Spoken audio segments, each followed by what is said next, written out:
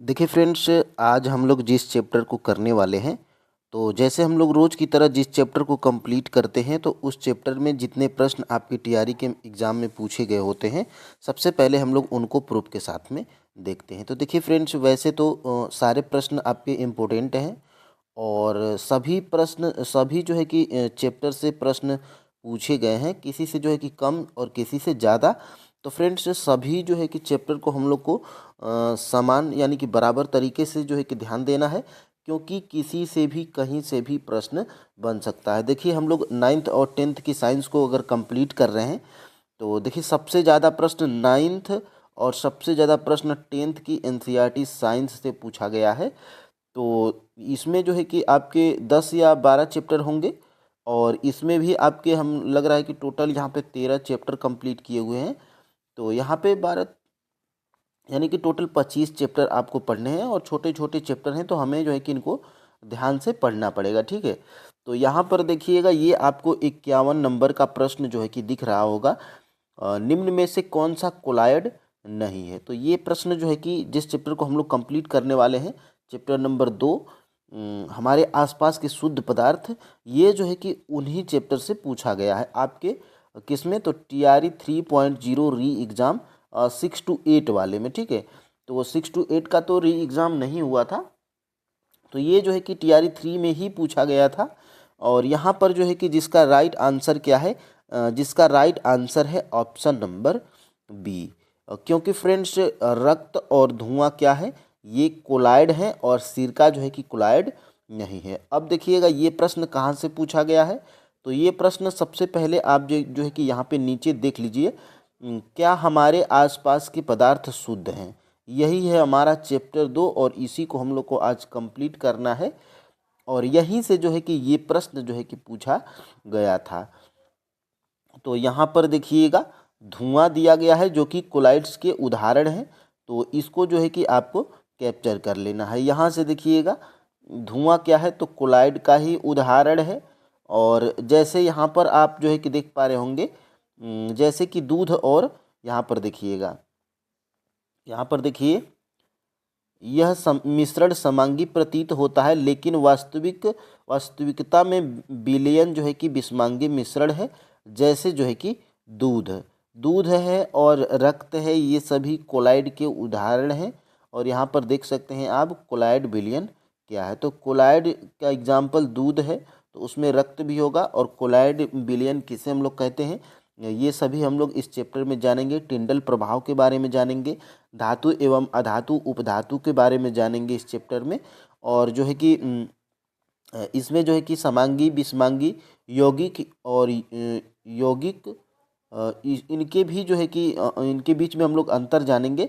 तो देखिए friends, TRE जो है कि 3 में और टीआरई 1 में, टीआरई 2 में भी प्रश्न आए थे, तो उन प्रश्नों को जो है कि हम अभी नहीं खोज पाए हैं, लेकिन जो है कि इम्पोर्टेंट है सभी चैप्टर। आप जो है कि सभी चैप्टर को पढ़िए। और यहाँ से देखिए, तो यहाँ पे मैं क्या सर्च किया हुआ था, तो सिरका जो है कि कोलाइड विलयन नहीं है। तो सिरका जो है कि कोलाइड विलयन नहीं है, जो कि आपका आंसर था। और सिरका पानी और एसिटिक एसिड का एक घोल है। यह एक द्रव में द्रव का विलयन है, वही कोलाइड कोलाइड एक विषमांगी जो है कि विलयन है। यहाँ पर देखिएगा, कोलाइड के बारे में जानकारी देखिए। टिंडल प्रभाव कोलाइड की एक विशेषता है।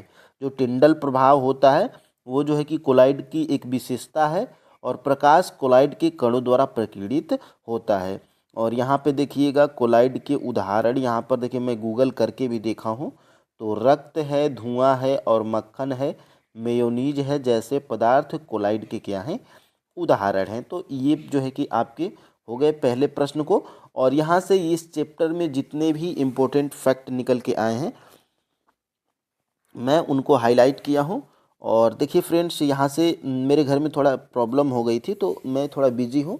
और बचे हुए जो कि क्लास 10th की एनसीईआरटी साइंस के बचे हुए चैप्टर की पीडीएफ मैं टेलीग्राम चैनल पे डाल दूँगा। क्योंकि फ्रेंड्स देखिएगा, आपको जो है कि रीजनिंग की क्लास भी नहीं हो पा रही है, मैं थोड़ा बिजी हूँ, घर की प्रॉब्लम है। और यहाँ से देखिएगा, चैप्टर नंबर यहाँ पर 2 है, क्या हमारे आसपास के पदार्थ शुद्ध हैं। अब इस चैप्टर को हम लोग कंप्लीट करेंगे, तो यहाँ से देखिएगा, मिश्रण क्या है, तो फ्रेंड्स मिश्रण हम लोग किसको कहेंगे, तो यहाँ पर मैं थोड़ा सा इसको जूम करके देख लेता हूँ। मिश्रण एक या एक से अधिक शुद्ध तत्वों या यौगिकों से मिलकर बनता है, यानी कि मिश्रण एक या एक से अधिक शुद्ध तत्वों या यौगिकों से मिलकर बनता है। तो यहाँ पर ये हो गया मिश्रण का जो है कि अब देखिए, अब हम लोग इस चैप्टर को स्टार्ट करते हैं और यहाँ से समांगी और विषमांगी को यहाँ पे देखते हैं। यहाँ से देखिएगा फ्रेंड्स, जिसकी बनावट समान होती है इसी तरह के मिश्रण को हम समांगी मिश्रण या विलयन कहते हैं। ठीक है, जिसकी बनावट समान होती है इसी तरह के मिश्रण को हम लोग क्या कहेंगे, समांगी मिश्रण कहेंगे।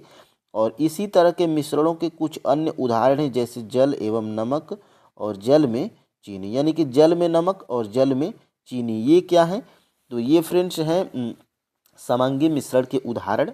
और यहाँ पर फ्रेंड्स देखिएगा और भी प्रश्न यहाँ से बन सकता है। देखिए, उनके अंश भौतिक दृष्टि से पृथक हैं। इस तरह जो है कि इस तरह के मिश्रण को विषमांगी मिश्रण कहते हैं।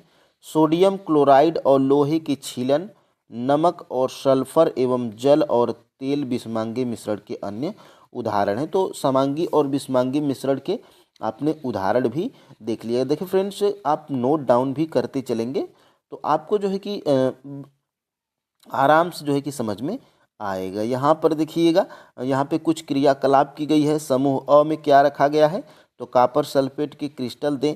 और समूह ब में क्या दें, 1 चम्मच कॉपर सल्फेट दें।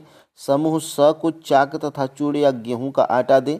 और समूह द को जो है द में दूध या स्याही की कुछ बूंदें दें। देखिए, ये जो है कि मैं समूह इसलिए बता रहा हूँ क्योंकि अभी इनका जो है कि काम आने वाला है। यहाँ पर देखिएगा, यहाँ से विलयन क्या है, तो 2 या 2 से अधिक पदार्थों का समांगी मिश्रण है विलयन। विलयन जो है कि 2 या 2 से अधिक पदार्थों के समांगी मिश्रण को क्या कहते हैं, विलयन कहते हैं। तो यहाँ से विलयन के बारे में आपने देखा। और यहाँ से देखिएगा जो है कि यहाँ पे विलयन का उदाहरण क्या है, तो नींबू जल और सोडा जल आदि विलयन के क्या हैं, उदाहरण हैं। तो ये जो है कि विलयन के आपके उदाहरण हो गए हैं।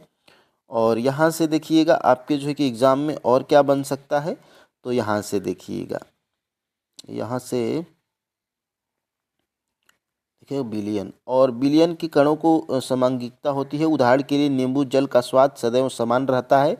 यह दर्शाता है कि इस विलयन में चीनी और नमक के कण समान रूप से वितरित होते हैं। देखिए, मिश्र धातुएं, ये धातुएं जो है कि समांगी मिश्रण होते हैं, यानी कि जो मिश्र धातुएं होती हैं ये क्या होती हैं, समांगी मिश्रण होती हैं, जिन्हें भौतिक क्रिया द्वारा अवयवों में पृथक नहीं किया जा सकता है, लेकिन फिर भी मिश्र धातुओं को मिश्रण माना जाता है क्योंकि ये अपने घटकों के गुणों को दर्शाते हैं और पृथक पृथक संघटन रखते हैं। उदाहरण के लिए जो है कि पीतल जिंक लगभग 30% और कॉपर लगभग 70% का मिश्रण है। तो ये आप जो है कि याद रखिएगा क्योंकि आपकी बुक में दिया गया था। और किसी विलयन को 2 भागों विलायक और विलय में बांटा जाता है। विलयन का जो है कि वह घटक जिनकी मात्रा दूसरे से अधिक होती है, जो दूसरे घटक को विलयन में मिलाता है उसे क्या कहते हैं, विलायक कहते हैं। और देखिए, यहाँ से विलयन का वह घटक प्रायः कम मात्रा में होता है जो विलायक में घुला होता है उसे क्या कहते हैं, तो विलेय कहते हैं। तो विलायक और विलेय आपने देख लिया। उदाहरण के लिए देखिएगा, यहाँ से विलेय और विलयन के कुछ हम लोग उदाहरण को भी देख लेते हैं। तो देखिएगा, चीनी और जल का विलयन एक तरल घोल में ठोस का उदाहरण है। इसमें चीनी क्या है, विलेय है, और जल क्या है, विलायक है। यानी कि जल और चीनी के घोल को हम लोग क्या कहेंगे, तो ये विलयन है। और जो है कि एक तरल घोल में ठोस का उदाहरण, इसमें चीनी क्या है, तो चीनी विलेय है और जल क्या है, विलायक है। तो ये जो है कि आप पूछा जा सकता है। तो आप जो है कि देखिए, शरबत में जो है कि पूछा जा सकता है एग्जाम्पल कि जो है कि जो शरबत होता है चीनी और पानी का, तो उसमें जो है कि चीनी क्या है और जल क्या है, तो चीनी जो है कि विलेय है जो कि घुल जाता है, और जल क्या है, विलायक है जो कि चीनी को घोल देता है। और यहाँ से फ्रेंड्स देखिएगा, यहाँ से आयोडीन और एल्कोहल का विलयन जैसे टिक्चर आयोडीन के नाम से जाना जाता है। इसमें आयोडीन विलेय है और एल्कोहल क्या है, विलायक है। यानी कि आयोडीन और एल्कोहल का विलयन, जिसे हम टिक्चर आयोडीन के नाम से जानते हैं, इसमें आयोडीन क्या है, विलय है, और एल्कोहल क्या है, विलायक है। देखिए मैं इसलिए ये जो है कि आपको पढ़ा रहा हूँ एग्जाम्पल भी, क्योंकि ये प्रश्न जो है कि यहाँ से बन सकता है और बना भी है। ठीक है, यहाँ से देखिए वातयुक्त पेय जैसे सोडा जल, कोक इत्यादि तरल विलयन में गैस के रूप में है। इनमें जो है कि कार्बन डाइऑक्साइड गैस विलय है और जल क्या है, विलायक है। तो पूछा जा सकता है कि कोक या जो है कि सोडा जल, इसमें जो है कि विलयन क्या है, मतलब विलय क्या है और विलायक क्या है। तो कार्बन डाइऑक्साइड जो है कि सोडा या कोक में कार्बन डाइऑक्साइड गैस क्या है, विलय है, और जल क्या है, विलायक है। और वायु गैस में जो है कि गैस का विलयन है। यह मुख्यतः दो घटकों ऑक्सीजन 21% और नाइट्रोजन क्या है 78% का समांगी मिश्रण है। और जिसमें क्या कहते हैं, नाइट्रोजन को हम लोग देखिए जिसकी मात्रा ज़्यादा होगी उसको जो है कि हम लोग क्या कहेंगे, तो विलायक कहेंगे, और जिसकी मात्रा कम होगी उसको जो है कि हम लोग क्या कहेंगे, विलय कहेंगे। तो यहाँ से जो है कि देखिएगा नाइट्रोजन 78% नाइट्रोजन क्या है, तो नाइट्रोजन आपकी 78% है वायुमंडल में, और ऑक्सीजन जो है कि कितना है, तो 21% है। तो देखिए ये नाइट्रोजन को हम लोग क्या कहेंगे, तो नाइट्रोजन को जो है कि वायु का विलायक कहेंगे, और वायु में उपलब्ध दूसरी अन्य गैसें बहुत कम मात्रा में होती हैं। यानी कि ये क्या है, तो ये आपका जो है कि विलायक है, और ये ऑक्सीजन क्या है, विलय है। जैसे आपने यहाँ पर देखा था। यहाँ से देखिए यहाँ से है, और यहाँ से फ्रेंड्स और भी प्रश्न जो है कि आपके बन सकते हैं। देखिए विलयन के गुण, तो विलयन के गुण के बारे में भी यहाँ पे आपको जानना उतना ही जरूरी है जितना कि इनकी परिभाषा को। देखिए विलयन के गुण, देखिए विलयन एक समांगी मिश्रण है, और विलयन के कण व्यास में 1 nm यानी कि 10⁻⁹। देखिए ये सारे इस चैप्टर को हम लोग कंप्लीट करने के बाद जो है कि इस चैप्टर से संबंधित जितने भी MCQs हैं हम लोग सबसे पहले उसको भी करेंगे। तो यहाँ पे देखिएगा देखिए विलयन के कण का व्यास कितना होता है, तो 10⁻⁹ नैनोमीटर होता है, से भी छोटे होते हैं, इसलिए वे आँख से नहीं देखे जा सकते। यानी कि विलयन के गुण को हम लोग आँख से जो है कि नहीं देख पाएंगे। और यहाँ से देखिएगा, यहाँ से अपने छोटे आकार के कारण विलयन के कण गुजर रही प्रकाश की किरण को फैलाते नहीं, इसलिए विलयन में प्रकाश का मार्ग दिखाई नहीं देता है। तो यहाँ से ये प्रश्न है। और यहाँ से विलयन की सांद्रता के बारे में हम लोग जानेंगे, और इसमें विलयन की सांद्रता को हम लोग कैसे निकालेंगे ये भी हम लोग फार्मूले को भी देखेंगे। देखिए विलयन में पृथक पृथक मात्रा में विलायक और विलेय पदार्थ होते हैं, और विलयन में मौजूद विलेय पदार्थ की मात्रा के आधार पर इसे तनु, सांद्र और संतृप्त घोल कहा जा सकता है। तो इन सभी के बारे में हम लोग पढ़ेंगे। और तनु और सांद्र तुलनात्मक शब्द है, क्रियात्मक और जो है कि द्वारा प्राप्त विलयन समूह ब की तुलना में तनु है। यानी कि फ्रेंड्स मैं ऊपर आपको जो है कि दिखाया था समूह अ और समूह ब। तो समूह अ और समूह ब में आप जो है कि कंफ्यूज हैं, तो आप जो है कि देख लीजिए समूह अ और समूह ब को। देखिए यहाँ पे समूह अ क्या है, तो कापर सल्फेट की कुछ क्रिस्टल दें, और समूह ब में क्या है, 1 चम्मच कापर सल्फेट दें। ये क्या है, समूह अ और समूह ब। तो यहाँ से देखिएगा समूह अ और समूह ब, यहाँ पे देखिए तनु और सांद्र तुलनात्मक है, और क्रियाकलाप देखिए समूह 2.2 में समूह अ द्वारा प्राप्त विलयन समूह ब की तुलना में तनु है। तो आपने समूह अ और समूह ब भी देख लिया। और यहाँ पे देखिएगा और जो है कि प्रश्न पूछा जा सकता है। यहाँ से देखिएगा शुरू करें। यहाँ पे देखिए नमक और चीनी घोली गई मात्राएं बराबर हैं। यहाँ से देखिए निश्चित तापमान पर यदि विलयन में विलेय पदार्थ नहीं घुलता है तो उसे संतृप्त विलयन कहते हैं। तो संतृप्त विलयन हम लोग किसे कहेंगे, तो निश्चित ताप पर यदि विलयन में विलेय पदार्थ नहीं घुलता है तो उसे हम लोग संतृप्त विलयन कहते हैं। और देखिए यहाँ से विलेय पदार्थ की मात्रा जो इस ताप पर संतृप्त विलय में उपस्थित हो उसकी घुलनशीलता कहलाती है। और यहाँ से प्रश्न बनेगा, देखिए यहाँ से यदि एक विलयन में विलेय पदार्थ की मात्रा संतृप्तता से कम हो तो इसे असंतृप्त विलयन कहा जाता है। यहाँ से देखिएगा यदि विलयन में विलेय की मात्रा सांद्र संतृप्त स्तर से कम हो तो उसे असंतृप्त विलयन कहते हैं। तो यहाँ से फ्रेंड्स बिल्कुल प्रश्न जो है कि बनेगा। और यहाँ से देखिएगा विलायक की मात्रा द्रव्यमान अथवा आयतन में घुले हुए विलेय पदार्थ की मात्रा को विलयन की सांद्रता कहते हैं। तो विलयन की सांद्रता हम लोग किसे कहेंगे? तो विलायक की मात्रा द्रव्यमान अथवा आयतन में घुले हुए विलेय पदार्थ की मात्रा को विलयन की जो है कि हम लोग सांद्रता कहते हैं। और ये जो है कि आपका जो है कि फार्मूला है। और अभी इस पे प्रश्न भी आ सकता है, देखिएगा, द्रव्यमान विलयन के द्रव्यमान का प्रतिशत। तो विलेय पदार्थ की का द्रव्यमान और विलयन पदार्थ का द्रव्यमान, इनको बटा में कर लेंगे और इसमें गुणे जो है कि 100 कर लेंगे, तो हमारा जो है कि क्या निकल जाएगा? द्रव्यमान विलयन के द्रव्यमान की प्रतिशतता। और यहाँ पे देखिएगा द्रव्यमान का जो है कि आयतन प्रतिशत इससे निकालेंगे। और जो है कि यहाँ से देखिए आपके जो है कि बुक में उदाहरण के तौर पर जो है कि एक सूत्र जो कि यहाँ पे सवाल भी दिया गया है, और विलयन के आयतन का प्रतिशत, तो विलेय का आयतन और विलयन का आयतन, तो देखिए फार्मूला सेम है, बस आयतन दिया रहेगा या द्रव्यमान दिया रहेगा, उसी के आधार पे हम लोग को ये चीज़ें कर लेनी है। तो यहाँ से देखिएगा ये जो है कि आपका जो है कि फार्मूला भी दिया गया है। यहाँ ये आपका जो है कि उदाहरण के तौर पे सवाल ही कह सकते हैं। और यहाँ से देखिए 1 बिलियन के 320 ग्राम विलायक जल में 40 ग्राम साधारण नमक विलेय है, तो विलयन की सांद्रता का परिकलन करें। तो विलयन की सांद्रता का हम लोग परिकलन कैसे करेंगे? तो ये दोनों चीज़ें दी गई हैं। तो विलयन का जो है कि द्रव्यमान हम लोग कैसे निकाल लेंगे? तो विलयन का जो है कि द्रव्यमान हम लोग क्या निकाल लेंगे? यहाँ से विलेय पदार्थ का द्रव्यमान प्लस विलायक पदार्थ का द्रव्यमान, इनको हम लोग जोड़ लेंगे। देखिए 300 हमारा कितना आया? 360 आ गया। तो अब हम लोग क्या करेंगे? तो विलयन का द्रव्यमान प्रतिशत निकालेंगे, क्योंकि प्रतिशत ही पूछा गया था। तो यहाँ से जो है कि ये फार्मूले को हम लोग रख लेंगे, विलेय पदार्थ का द्रव्यमान और विलयन का द्रव्यमान। तो ये हमारा जो है कि विलयन का द्रव्यमान हमारा निकल के आया है क्या? तो विलयन का द्रव्यमान हम लोगों ने निकाला है 360, और यह जो है कि विलेय का पदार्थ का द्रव्यमान कितना था? 40 ऊपर जो है कि दिया गया है। यहाँ पर देखिएगा 40 आपके जो है कि सवाल में ही दिया गया है। 40 ग्राम साधारण नमक है जो कि विलेय है। तो इसमें जो है कि और 100 का जो है कि गुणा करेंगे, तो 11 इंटू 1 जो है कि 11.1% यहाँ पे आपका निकल के आ जाएगा। ये क्या है? तो ये जो है कि विलयन का जो है कि द्रव्यमान प्रतिशत है। अब देखिए निलंबन क्या है? तो निलंबन फ्रेंड्स देख लीजिए, यहाँ पे निलंबन क्या है?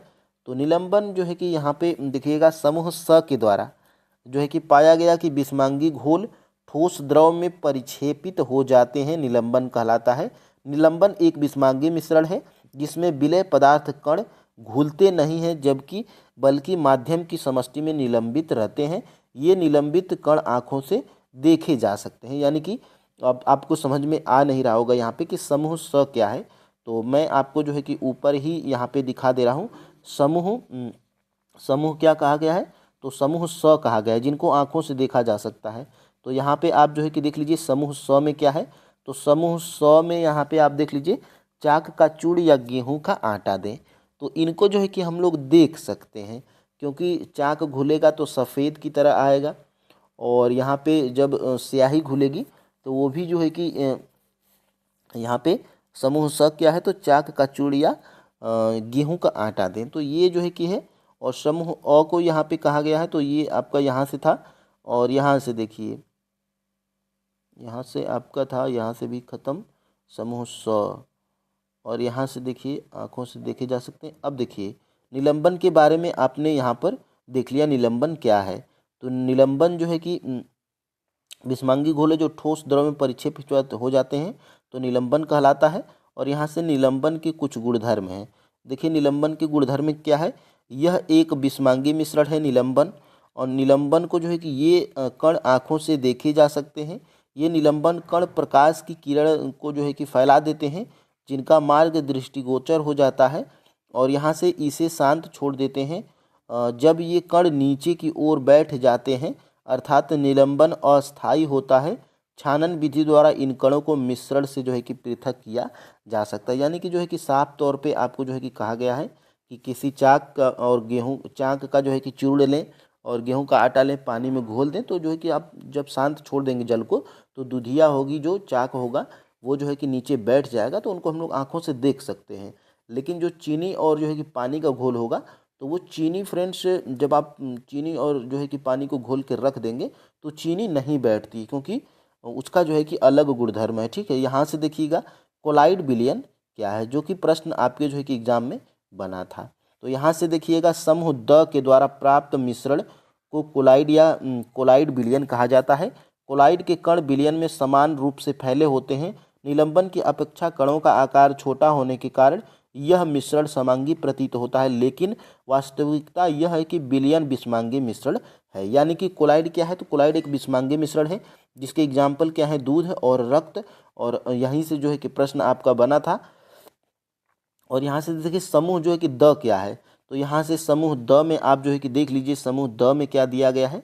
देखिए फ्रेंड्स, समूह द में यहाँ पर क्या दिया गया है, तो समूह द में जो है कि दिया गया है क्या, देखिए दूध या स्याही की कुछ बूंदे को छात्र को कांच की छड़ की सहायता से नमूने को जल में मिलाने को कहें, क्या क्या कण जल में दिखाई देते हैं।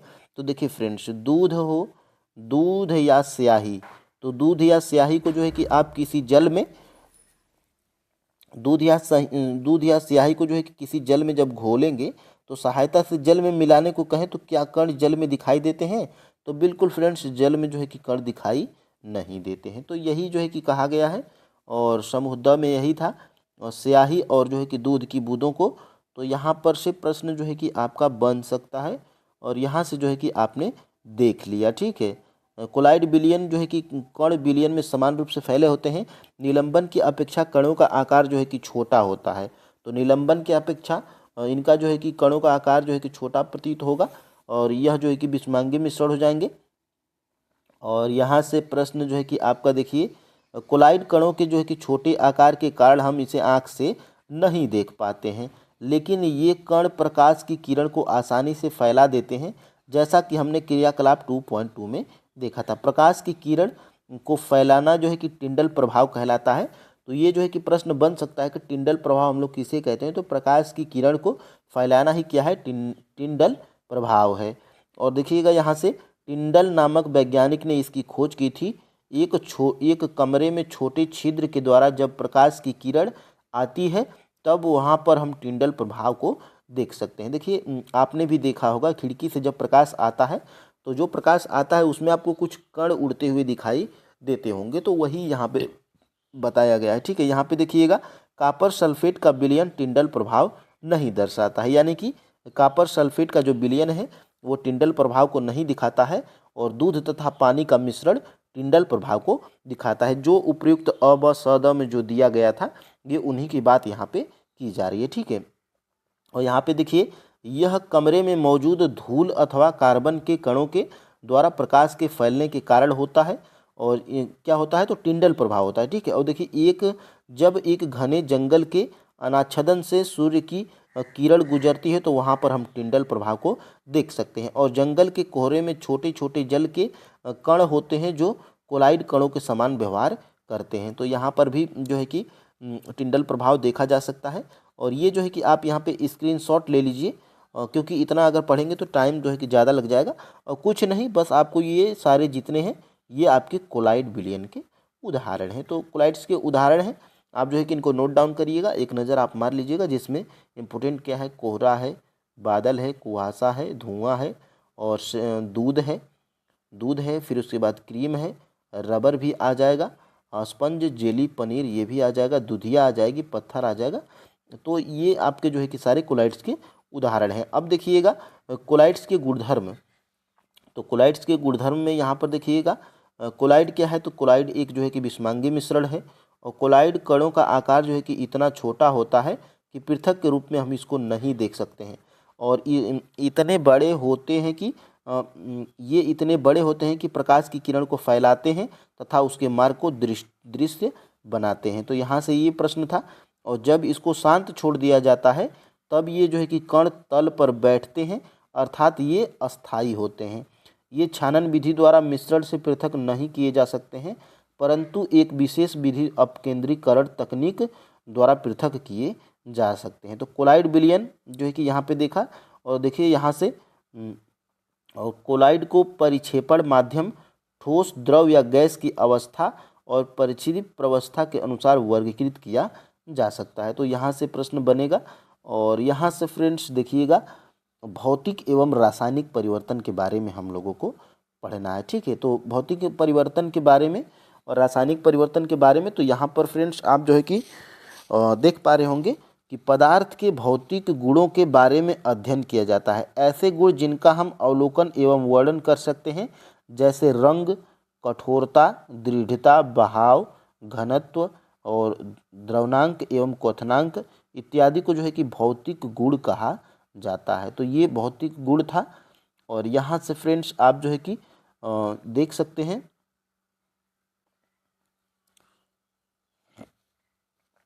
और यहाँ से फ्रेंड्स आप जो है कि देखिएगा, अवस्थाओं का अंतः रूपांतरण एक भौतिक परिवर्तन है, क्योंकि ये परिवर्तन पदार्थ के संगठन के बिना परिवर्तित किए जाते हैं। उनकी रासायनिक प्रकृति में कोई परिवर्तन नहीं होता है। यद्यपि बर्फ, जल और वाष्प अलग अलग दिखने लगते हैं। तो भौतिक परिवर्तन था ये आपका।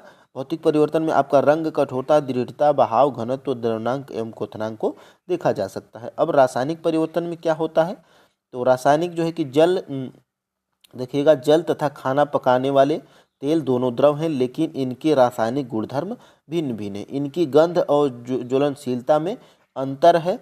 हम जानते हैं कि तेल हवा में जलता है, जबकि जल जो है कि आग को बुझा देता है। तो तेल का यह रासायनिक गुण जल से इसे अलग करता है। जलना एक रासायनिक परिवर्तन है। तो जलना क्या है, एक रासायनिक परिवर्तन है। यहाँ पे देख लीजिएगा, और आपके जो है कि बुक्स में और इम्पोर्टेंट चीज़ें यहाँ पे दी गई हैं, जिनको आप जो है कि ले लीजिएगा स्क्रीनशॉट। यहाँ से देखिए, मोमबत्ती के जलने की प्रक्रिया में भौतिक एवं रासायनिक दोनों परिवर्तन होते हैं। क्या आप इनकी पहचान कर सकते हैं? तो ये आप जो है कि दिया गया है, जो कि इम्पोर्टेंट है। और यहाँ से फ्रेंड्स शुद्ध पदार्थों के बारे में, शुद्ध पदार्थों के प्रकार। तो शुद्ध पदार्थों के प्रकार में जो है कि तत्व क्या है, तो शुद्ध पदार्थ है। सबसे पहले मैं यहाँ से दिखा देता हूँ आपको, एक स्लाइड दिखा देता हूँ। यहाँ पे देखिए ये आपके जो है कि पदार्थ हैं, और पदार्थ ठोस, द्रव तीनों अवस्थाओं में पाए जाते हैं, जिनमें शुद्ध पदार्थ के बारे में पढ़ना है और मिश्रण के बारे में पढ़ना है। तो शुद्ध पदार्थ में आपके तत्व आ जाते हैं, यौगिक आ जाते हैं। तो यही शुद्ध पदार्थ में हम लोग सबसे पहले तत्व पढ़ेंगे, फिर उसके बाद यौगिक पढ़ेंगे, और मिश्रण में हम लोग समांगी मिश्रण पढ़ेंगे और विषमांगी मिश्रण को पढ़ेंगे। ठीक है, तो पदार्थ की अवस्थाओं के बारे में हम लोगों ने पढ़ लिया है पिछले पहले क्लास में ही। और यहाँ से फ्रेंड्स देखिएगा, बिल्कुल आपके एग्जाम में यहाँ पे देखिए, शुद्ध पदार्थों के प्रकार। तो शुद्ध हमारे पदार्थों के प्रकार में जो है कि तत्व या यौगिक में वर्गीकृत किया जा सकता है। यानी कि तत्व के बारे में पढ़ना है और यौगिक के बारे में पढ़ना है, जो कि शुद्ध पदार्थ के प्रकार हैं। यहाँ पर देखिएगा, रॉबर्ट बायल पहले वैज्ञानिक थे जिन्होंने, देखिए जूम कर लेता हूँ मैं, देखिए रॉबर्ट बायल पहले वैज्ञानिक थे जिन्होंने सन 1661 में सर्वप्रथम तत्व शब्द का प्रयोग किया था। और फ्रांस के रसायनज्ञ एंटोनी लॉरेंस लवाजिये ने सन 1743 से 1794 में सबसे पहले तत्व की परिभाषा को प्रयोग द्वारा प्रतिपादित किया था। तो देखिए ये वैज्ञानिक के नाम दिए गए हैं, और ये जो है कि रॉबर्ट बायल हैं, पहले वैज्ञानिक थे जिन्होंने सर्वप्रथम तत्व शब्द का प्रयोग किया था। और फ्रांस के रसायनज्ञ एंटोनी लॉरेंट लवाजिये ये क्या किए थे, तो 1700 जो है कि 43 से जो है कि 1794 में सबसे पहले तत्व को परिभाषित किए थे। ठीक है, तो इनका जो है कि आप सन के अनुसार इनका जो है कि नाम याद रख सकते हैं।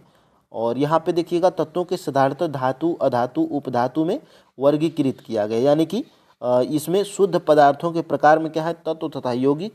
और तत्व को जो है कि हम लोग 3 भागों में यहाँ पे वर्गीकृत कर सकते हैं। यानी कि देखिए, तत्व को साधारणतः धातु, अधातु एवं उपधातु, तो इन्हीं 3 चीज़ों के बारे में हमें पढ़ना है। और यहाँ से देखिएगा, इन 3 चीज़ों के बारे में हम लोग इसी जो है कि पेज में ख़त्म कर लेंगे। देखिए जितना दिया गया है हम लोग उतने को ही यहाँ पे कवर इसलिए कर रहे हैं, क्योंकि पढ़ने को तो फ्रेंड्स आपके पास बहुत मोटी मोटी बुक्स हैं, लेकिन उन मोटी बुक्स को आप कंप्लीट नहीं कर पाते हैं। और ये जो है कि सीमित चीज़ें हैं जो एनसीईआरटी में दी गई हैं, आपने प्रूफ भी देखा होगा, तो आराम से इनसे प्रश्न बन रहा है। ठीक है, तो यहाँ से देखिएगा, ये चमकीली होती हैं, ये चांदी जैसी सफ़ेद या सोने की तरह पीली रंग की होती हैं। यानी कि ये धातु के बारे में हम लोग सबसे पहले पढ़ रहे हैं। ठीक है, धातु चमकीली होती हैं, ये चांदी सफ़ेद जैसी सोने की तरह पीले रंग की होती हैं, ये ताप अथवा विद्युत की क्या होती हैं, सुचालक होती हैं। तो ये इम्पोर्टेंट है, प्रश्न बन सकता है कि धातुएं क्या होती हैं, तो धातुएं विद्युत की सुचालक होती हैं। ये तन्य होती हैं, इनको तार के रूप में खींचा जा सकता है। ये आघात वर्ध्य होती हैं, इनको पीटकर महीन चादरों में ढाला जा सकता है। ये प्रतिध्वनि पूर्ण होती हैं, ठीक है। जैसे जो है कि एग्जाम्पल क्या है, तो जैसे एग्जाम्पल है यहाँ पर धातु के, तो धातु में जो है कि सोना आती है, चांदी आती है, तांबा, लोहा और सोडियम, पोटेशियम इत्यादि धातु के क्या है, उदाहरण हैं। और यहाँ पे देखिएगा पारा धातु होते हुए भी कमरे के तापमान पर द्रव में रहता है, तो वो जो है कि ये भी पूछा जा सकता है, पूछा भी गया। यहाँ पे हम लोग देखिए अधातु के गुण, तो अधातुएं दिए गए निम्न गुणों में प्रायः कुछ को ही या सभी को प्रदर्शित करती है। तो देखिएगा अधातु क्या होती है, तो ये विभिन्न रंगों की होती है, ये ताप और विद्युत की क्या होती है, तो कुचालक होती है। देखिए धातुएं सुचालक होती हैं, अधातुएं कुचालक होती हैं।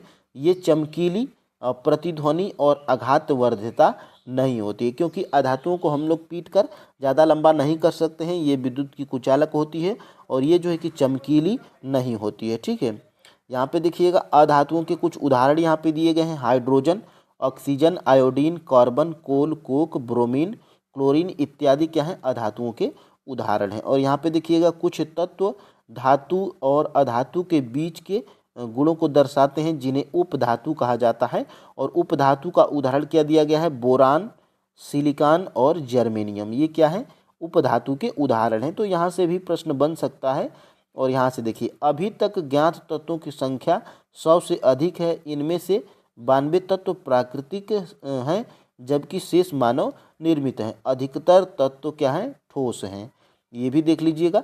और 11 जो है कि तत्व कमरे के तापमान पर गैसें हैं। 2 तत्व पारा तथा ब्रोमीन कमरे के तापमान में द्रव है। यानी कि ये भी प्रश्न बन सकता है, ठीक है, इम्पोर्टेंट है। और यहाँ पे देखिए गैलीलियम तथा सीजियम तत्व कमरे के तापमान 303 केल्विन से कुछ अधिक तापमान पर द्रव में अवस्था ले लेता है। तो ये जो है कि यहाँ पे मैं इम्पोर्टेंट भी लिखा हूँ और प्रश्न बन सकता है। और यहाँ पे आपको यौगिक के बारे में पढ़ना है। तो देखिए एक यौगिक वह पदार्थ है जो कि 2 या 2 से अधिक तत्वों के नियत अनुपात में रासायनिक तौर पर संयोजन से बना होता है, तो इसको यौगिक कहते हैं। और यहाँ पे देखिएगा ये समूह अ है, मैं इसलिए बता रहा हूँ क्योंकि इनका भी नीचे काम आएगा। देखिए लोहे के चूर्ण और सल्फर पाउडर को पीसकर ये क्या है, तो ये एक भौतिक परिवर्तन है। और यहाँ से देखिएगा समूह ब, देखिएगा लोहे के चूर्ण और सल्फर पाउडर को पीसकर मिलाएं और मिश्रण को तीव्र ताप पर लाल होने तक गर्म करें, और ये क्या है, तो ये रासायनिक परिवर्तन है। और यहाँ से देखिएगा समूह 1 और 2, तो यहाँ से जो है कि इम्पोर्टेंट है आपके, जो है कि यहाँ से मेन चीज़ें यहाँ से निकल के आती हैं। देखिएगा यहाँ से समूह 1 द्वारा प्राप्त गैस हाइड्रोजन है। यह रंगहीन, गंधहीन और ज्वालाशील है। इसकी ज्वलनशीलता की जांच कक्षा में न करें। यानी कि समूह 1 द्वारा जो प्राप्त गैस है वो क्या है, हाइड्रोजन गैस है। यानी कि लोहे के चूर्ण और सल्फर पाउडर को पीसकर मिलाएंगे तो इसमें क्या प्राप्त होगी, तो इसमें जो है कि प्राप्त होगी हमें हाइड्रोजन गैस, ठीक है। और ये जो है कि गंधहीन होती है और ज्वालाशील भी होती है। और यहाँ से समूह ब के द्वारा देखिए, समूह ब के द्वारा समूह 2 के द्वारा जो है कि प्राप्त गैस क्या है, हाइड्रोजन सल्फाइड है। यह क्या है, गंधहीन रंगहीन गैस है और इसकी गंध जो है कि सड़े हुए अंडे जैसी होती है, आपने पाया। यानी कि यहाँ पे इसमें समूह ब में जो है कि समूह 2 में जो है कि प्राप्त गैस कौन सी है, तो हाइड्रोजन गैस है। इसको जो है कि देखिएगा इसमें जो है कि लोहे के चूर्ण और सल्फर पाउडर को पीसकर मिलाएंगे तो इसमें क्या प्राप्त होगी, तो इसमें जो है कि ये तो रासायनिक परिवर्तन है और इसमें हाइड्रोजन जो है कि हाइड्रोजन सल्फाइड प्राप्त होगी, ठीक है। और यहाँ से देखिएगा समूह 1 द्वारा प्राप्त सामग्री 2 पदार्थों का मिश्रण है। दिए गए पदार्थ लोहा तथा सल्फर है। और यहाँ पे देखिएगा मिश्रण का गुण उन दोनों मिले हुए तत्वों के गुण के समान होता है। और समूह 2 के द्वारा प्राप्त सामग्री क्या है, यौगिक है। तो इनको भी आप जो है कि नोट डाउन करिएगा। यहाँ पे आपको जो है कि यौगिक और मिश्रण में जो है कि यहाँ पे अंतर दिया गया है। तो आप जो है कि स्क्रीनशॉट ले लीजिए, इनको जो है कि आप देख लीजिएगा। यहाँ से देखिए मिश्रण का संगठन परिवर्तन होता है और नए पदार्थ का संगठन सदैव अस्थायी होता है। तो ये जो है कि आप स्क्रीनशॉट ले लीजिए, यहाँ पे लॉन्ग वीडियो हो जाएगी। और यहाँ पे देखिएगा फ्रेंड्स, यहाँ पे एक नज़र में आप जो है कि यहाँ पे इस इस जो है कि ग्राफ से भी आप इसको जो है कि बना सकते हैं। देखिएगा, पदार्थ, ठोस, द्रव तीनों अवस्था में पाया जाता है। पदार्थ जो है कि शुद्ध और मिश्रण दो प्रकार में बांट सकते हैं, और शुद्ध पदार्थ को हम लोग तत्व और यौगिक में बांट सकते हैं, और मिश्रण को हम लोग समांगी और विषमांगी के तौर पे बांट सकते हैं। तो इनका जो है कि उदाहरण भी दिया गया है। उदाहरण के लिए कॉपर, ऑक्सीजन, लोहा और हाइड्रोजन, पारा, ये क्या है, तत्व हैं। और यौगिक के उदाहरण क्या हैं, जल, मीथेन, चीनी, नमक, ये क्या है, यौगिक हैं। और समांगी मिश्रण के उदाहरण क्या हैं, तो जल में चीनी, जल में नमक, कार्बन डाइसल्फाइड में सल्फर, जल तथा एल्कोहल आदि, ये क्या है, समांगी मिश्रण है। और विषमांगी मिश्रण के उदाहरण देखिए, बालू तथा नमक, चीनी तथा नमक, लकड़ी रक्त में जल आदि, ये क्या है, तो ये विषमांगी मिश्रण है। तो यहाँ से फ्रेंड्स ये चैप्टर भी आपका जो है कि कंप्लीट होता है। और इसके नीचे अब हम लोग क्या करेंगे, तो इस चैप्टर से संबंधित हम लोग MCQs भी करेंगे। तो वीडियो में लास्ट तक बने रहिएगा। चैनल पे नए हैं तो चैनल को सब्सक्राइब भी दोस्त अवश्य करिएगा, वीडियो को लाइक एवं शेयर भी कर दीजिएगा। तो यहाँ से चलिए अब हम लोग MCQs को स्टार्ट करते हैं। रहेंगे तो इसमें आपको पहला प्रश्न दिखेगा जो कि आपके TRE 3 री एग्जाम 6 to 8 मैथ और साइंस वाले में पूछा गया था। ठीक है, देखिए, निम्न में से कौन सा कोलायड नहीं है, तो कोलायड इसमें जो है कि सिरका नहीं है। ऑप्शन नंबर जो है कि बी बिल्कुल राइट आंसर हो जाएगा। और रक्त और जो है कि धुआं क्या है, ये कोलायड है। ठीक है, ये जो है कि कोलायड है, आप जो है कि याद रखिएगा। और चैप्टर नंबर अगर 2 में अगर आप जाएंगे तो यहाँ से देखिए कोलाइड्स के सामान्य उदाहरण, जिसमें जो है कि आपको धुआं भी दिख रहा होगा और रक्त भी होता है, जो कि इसमें रक्त नहीं दिया गया है। तो रक्त भी जो है कि एक क्या है, कोलाइड्स का उदाहरण है। तो रक्त को भी आप जो है कि याद रखिएगा। और यहाँ पे जो है कि सिरका जो है कि कोलाइड्स का उदाहरण नहीं था। तो यहाँ से ये जो है कि आपके इम्पोर्टेंट हैं, इनको जो है कि आपको नोट डाउन करिएगा। ठीक है, और चूंकि चैप्टर हमारा कौन सा है, दूसरा, क्या हमारे आसपास के पदार्थ शुद्ध हैं, ये हमारा चैप्टर नंबर 2 है। ठीक है, और फ्रेंड्स आगे हम लोग बढ़ेंगे, मिश्रण किससे मिलकर बना है। तो मिश्रण फ्रेंड्स हमारा जो है कि किससे मिलकर बनता है, तो ये जो है कि एक या एक से अधिक शुद्ध तत्वों से मिलकर मिश्रण बनता है। ऑप्शन नंबर यहाँ पर ए बिल्कुल राइट आंसर हो जाएगा। ठीक है, यहाँ से देखिए, ये आपका जो है कि 9th की NCERT साइंस में चैप्टर नंबर 2 है, क्या हमारे आसपास के पदार्थ शुद्ध हैं। और इसके नीचे जो है कि मिश्रण से स्टार्टिंग हुआ है। और देख सकते हैं आप, मिश्रण एक या एक से अधिक शुद्ध तत्वों या यौगिकों से मिलकर बनता है। तो यहाँ से फ्रेंड्स बिल्कुल प्रश्न बन सकता है।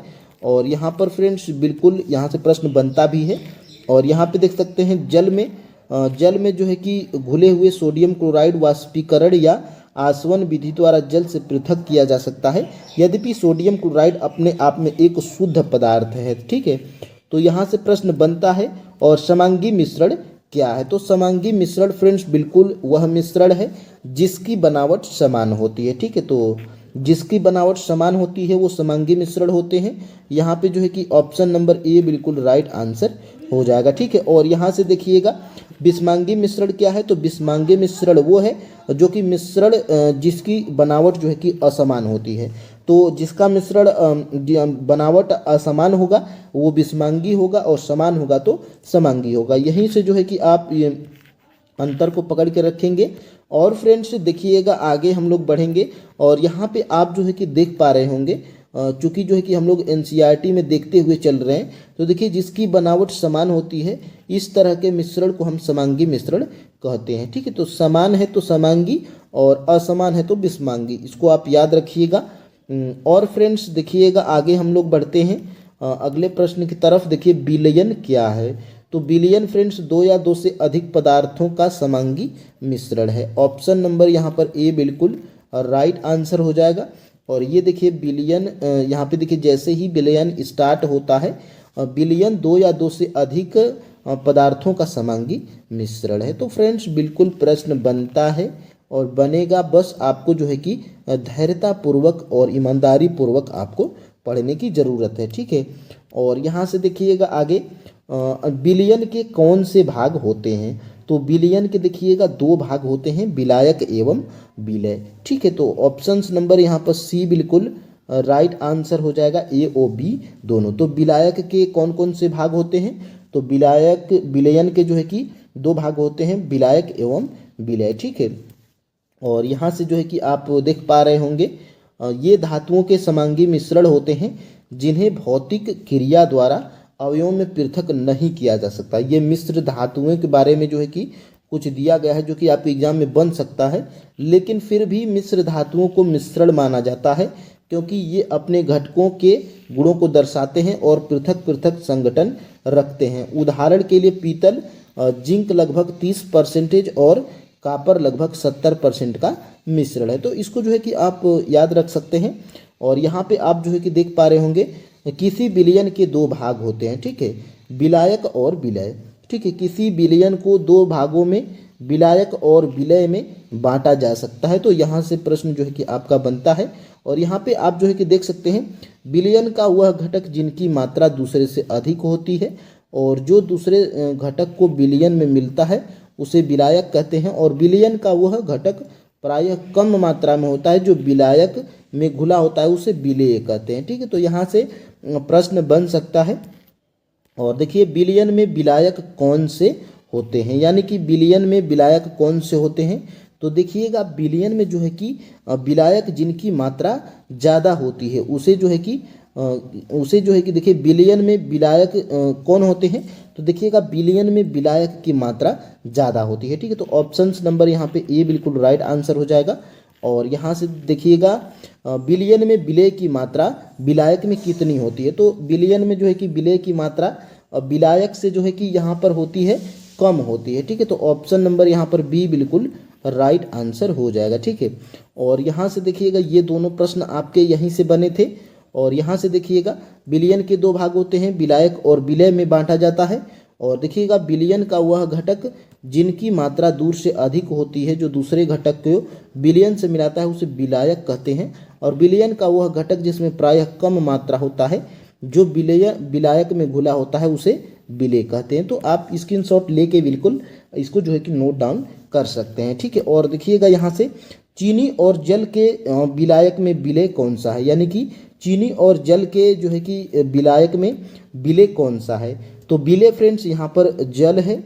ऑप्शन नंबर यहाँ पे फ्रेंड्स चीनी है, सॉरी, यहाँ पे देखिएगा चीनी और जल के विलायक में विलेय जो है कि चीनी है। ऑप्शन नंबर यहाँ पर ए बिल्कुल राइट आंसर हो जाएगा। ठीक है, और इससे पहले हम लोग जो है कि देखेंगे 8 नंबर के प्रश्न को हम लोग क्या बताए थे, थोड़ा हमें मिस्टेक लग रहा है क्योंकि यहाँ पर देखिएगा विलयन में विलेय की मात्रा विलायक में कितनी होती है तो कम होती है, ये तो सही है। ठीक है, अब देखिएगा हम लोग प्रश्न नंबर 10 की तरफ बढ़ेंगे।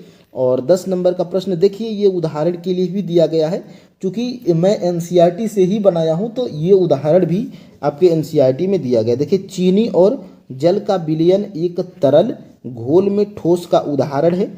इसमें चीनी विलय है और जल जो है कि विलायक है। तो चीनी विलय है, आप यहाँ पे देख पा रहे होंगे। तो इम्पोर्टेंट है, प्रश्न पूछा जा सकता है।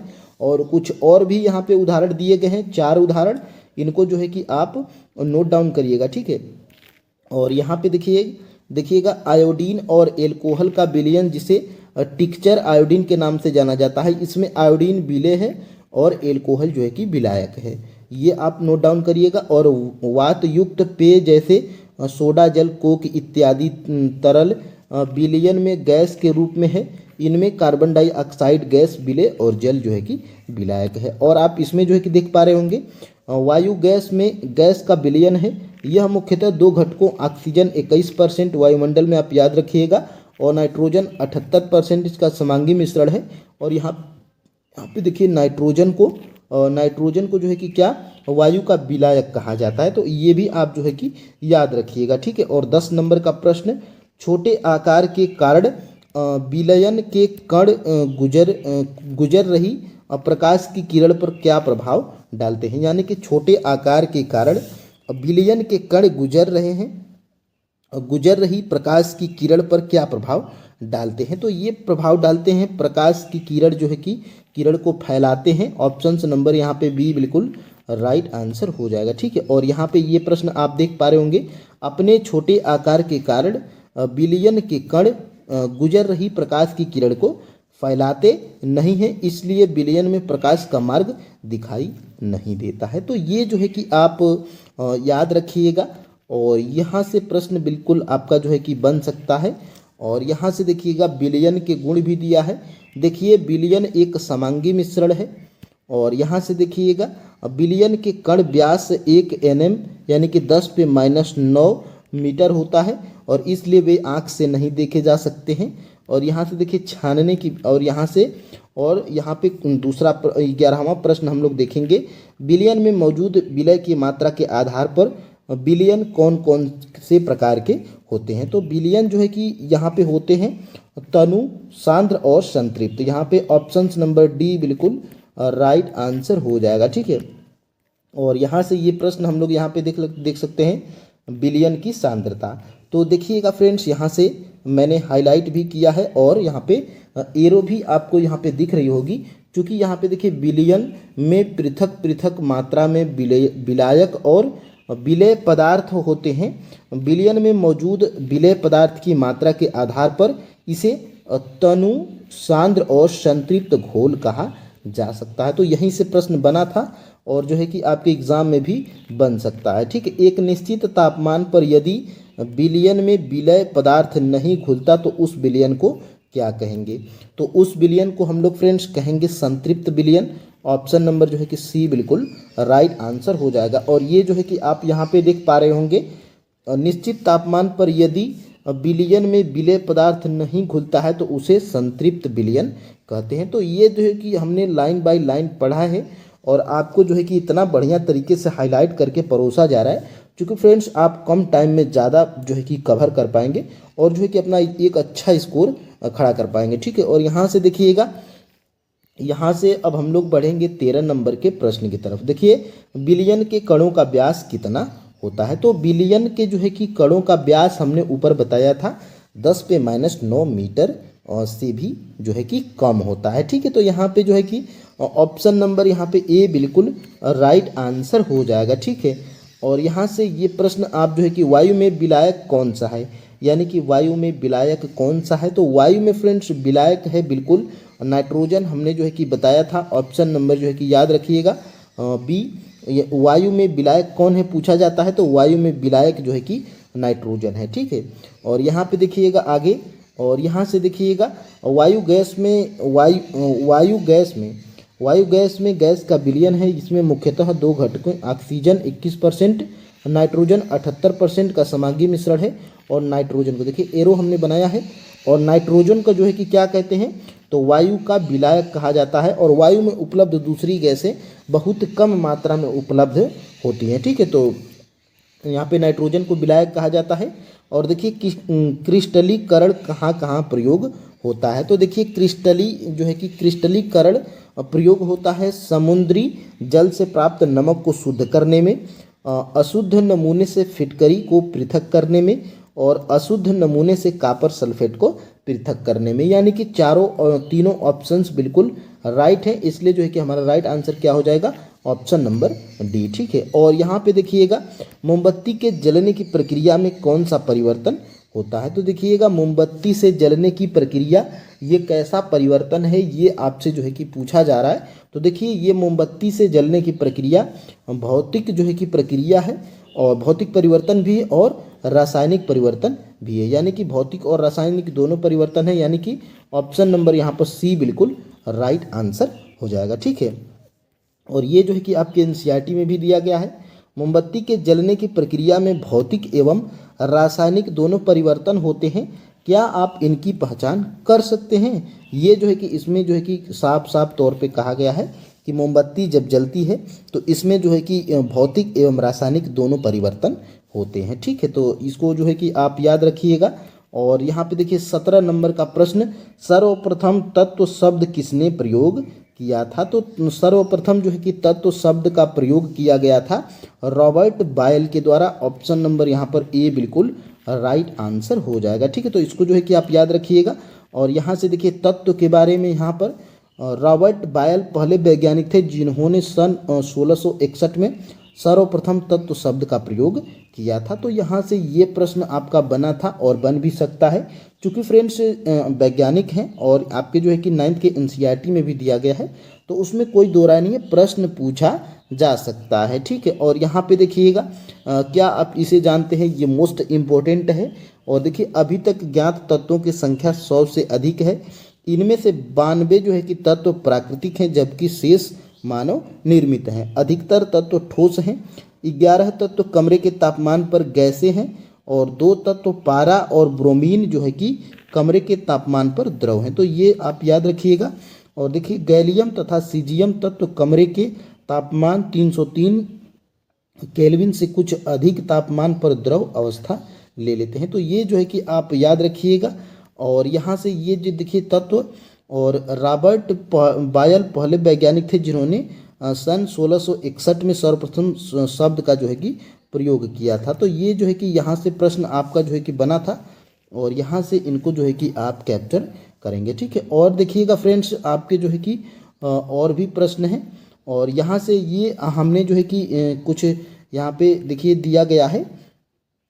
और यहाँ से देखिएगा तत्व के बारे में, और धातु के जो है कि धातुएं प्रायः दिए हुए निम्न गुणधर्मों में से सभी को ये कुछ को प्रदर्शित करती हैं। तो धातुओं के गुण यहाँ पे दिया गया है।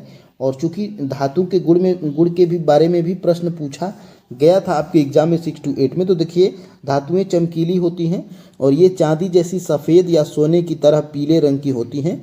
ये ताप तथा विद्युत की सुचालक भी होती हैं धातुएं। और धातुएं तन्य होती हैं, इनको तार के रूप में खींचा जा सकता है।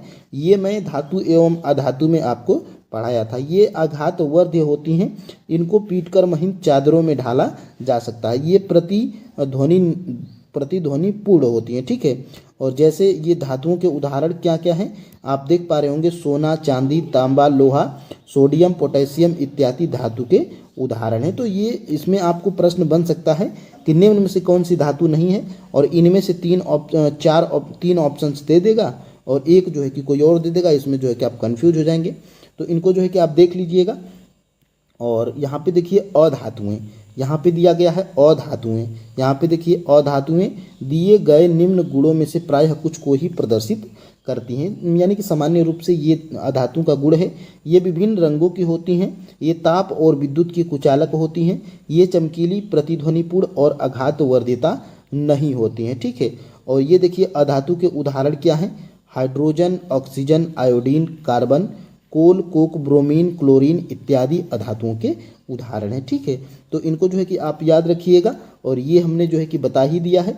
और यहाँ से आप जो है कि देख सकते हैं मिश्रण एवं यौगिक में यहाँ पर अंतर दिया गया है। इनको जो है कि आप देखिएगा, तत्व पहले मिश्रण और यौगिक। तो बारी बारी से हम लोग देखेंगे मिश्रण और यौगिक को। तत्व या यौगिक केवल मिश्रण बनाने के लिए मिलते हैं, किंतु किसी नए यौगिक का निर्माण नहीं करते हैं। तत्व क्रिया करके नए यौगिकों का निर्माण करते हैं, और मिश्रण व संगठन परिवर्तनीय होता है, और नए पदार्थ का संगठन सदैव अस्थायी होता है। मिश्रण उसमें उपस्थित घटकों के गुणधर्मों को दर्शाता है, और नए पदार्थ के गुणधर्म पूरी तरह से भिन्न होते हैं। तो ये यौगिक और ये इनके यानी कि यहाँ पे अंतर दिया गया है, जिनको आप देख लेंगे। और यहाँ से देखिएगा, यहाँ से जो कि मोस्ट इम्पोर्टेंट है, आप स्क्रीनशॉट ले लेंगे इसका। देखिए पदार्थ, तो पदार्थ कैसी होती हैं, ठोस, द्रव, गैस होती हैं। और शुद्ध पदार्थ में देखिए तत्व और यौगिक आते हैं। और यहाँ पे मिश्रण में जो है कि कोई नियत संगठक नहीं है, और मिश्रण में जो है कि समांगी और विषमांगी आते हैं। तो ये जो है कि आप याद रखिएगा। और तत्व में जो है कि यहाँ पे इनको जो है कि आप याद रखिएगा। देखिएगा यहाँ से शुद्ध पदार्थ में जो है कि तत्व और यौगिक आते हैं। और यहाँ से देखिएगा यौगिक के उदाहरण के लिए जल, मीथेन, चीनी, नमक इत्यादि ये यौगिक हैं। और तत्व के उदाहरण देखिए, उदाहरण के लिए कापर, ऑक्सीजन, लोहा, हाइड्रोजन, पारा, ये क्या है, सारे तत्व हैं। और समांगी और विषमांगी में देखिए ये समान संगठन होते हैं और ये असमान संगठन होते हैं। और यहाँ पे देखिएगा समांगी के उदाहरण क्या है, जल में चीनी, जल में नमक, कार्बन डाइऑक्साइड में सल्फर, जल तथा एल्कोहल इत्यादि, ये समांगी मिश्रण हैं। और विषमांगी मिश्रण में देखिएगा बालू तथा नमक, चीनी तथा नमक, लकड़ी, रक्त और तेल में जल, ये क्या है, विषमांगी मिश्रण के उदाहरण है। तो इनसे प्रश्न बनता है और बनेगा भी।